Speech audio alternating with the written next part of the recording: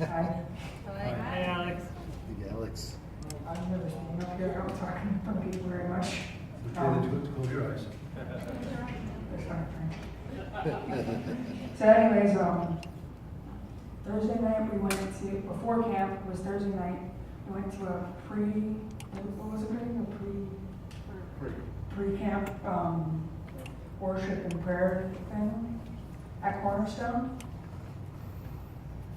I went there and I was just like, pretty much thinking, I'm probably not gonna go tomorrow, I'm probably just gonna sleep in and do nothing, as always. And when Friday morning came, I'm like, I'm gonna go, but I'm gonna go help, so I just packed all my stuff. And so I went down there. I was actually the first one there. Greg came right after me. And we went and we helped them clearing stuff out of the youth office, and it took about 2 hours to get everything packed up, and then kids started coming in, and then we left about 12:30. And so all the way up there, it was a beautiful scenery, and then the bus that Dalen was driving, all of it like stopped, like started heating up, and we had to pull over, and we were like waiting there for 10 minutes. Everyone was like begging us, like, "Oh, can we get the AC?" So everyone started opening their windows, and inside the bus it was so hot that I remember that like I seriously thought my shoes were melting. And then we finally get up there. I think everyone's stuff was packed in the trailer. Oh yeah, What do you got to do for you? I'm talking too long. So Saturday night came around, and that lady that people were flagging and stuff. I was going ahead to my cabin because it started to rain.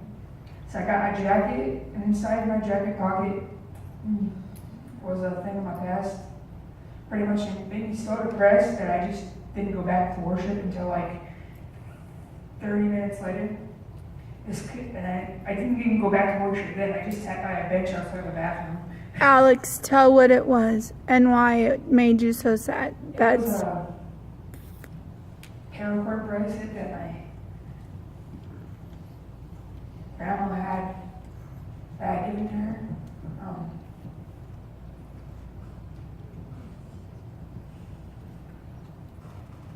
I'm not allowed to see her anymore, and that's what made me so sad, because it reminded me how happy I used to be, I guess. So I was just sitting there on the bench. This kid came out and asked me what was wrong. I don't even know his name.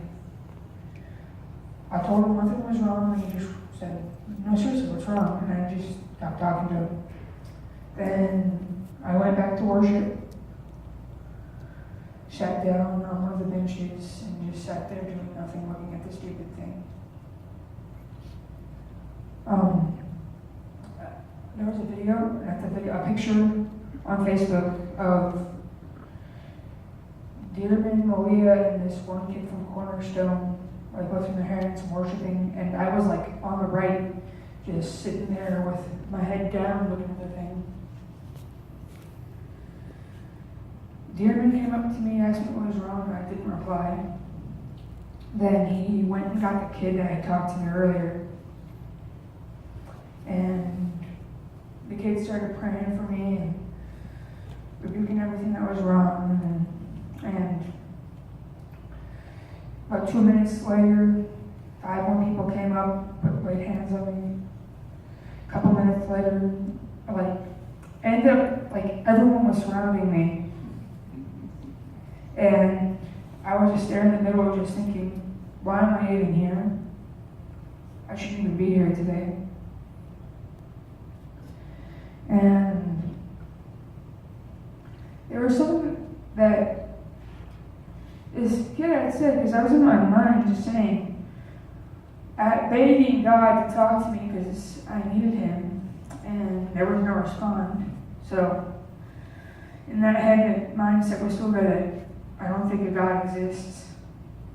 And then that kid was talking about how when he was coming out of the bathroom, God told him he was going to see something that he didn't like, and he doesn't like seeing people down.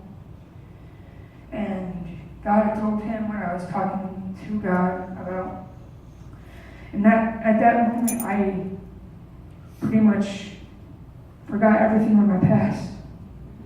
And that paracord bracelet was the only thing I had left of reminding me of my name.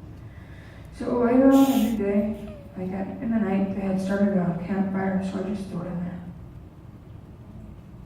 Amen. Notice, guys, that no one's God is all it came together. It came together. Miss Ellie? She's my basketball player. This is Ellie. I'm Ellie. Hi, Ellie. I have a story about Oh, Jalen. my God. Donovan. I'll start this out, but I didn't think much of it. Keep holding it. This happens whenever I do anything new. I was thinking that I'm not going to know anyone. And that's like, even though there are people from my church going, I always thought, oh, I'm not going to know anyone. It's going to be so scary meeting new people. And then I did know people, but then I also I guess broadened my horizons and met new people, and yeah, and Jalen over here, there was this huge lake, and there was this platform on the lake with a slide on it. And so we went swimming one day, and we were all pushing each other off this platform, and I was like, okay, I'm gonna go stand on this just to show them that I'm gonna stand here and they're not gonna push me off.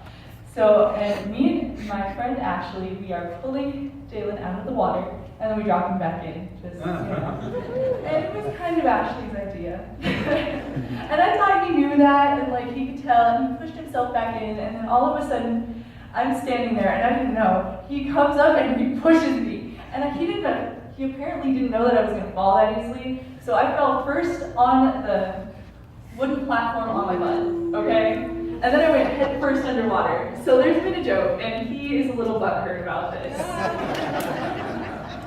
And it was, I believe, throughout the whole thing, it was just prepping you for the last night. I call that our test of faith. That's the night that we actually had to show up and see the people who turned to fear and the people who turned to faith. And when Sean was preaching, that's the night that I was saved. And yeah.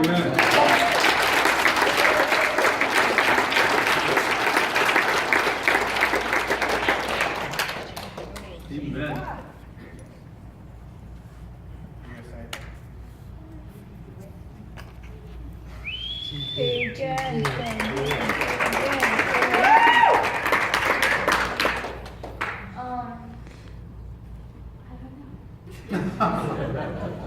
So, when I got to the camp, I don't really necessarily like telling people this, but I feel like God's telling me that I should.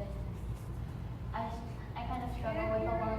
I kind of struggle with a lot of things like anxiety and depression and stuff like that. But when I went to camp, I really felt like God was, when we were worshiping and we were all singing "Let It Rain" and "Open the Floodgates of Heaven," I felt like That was a bad idea, people.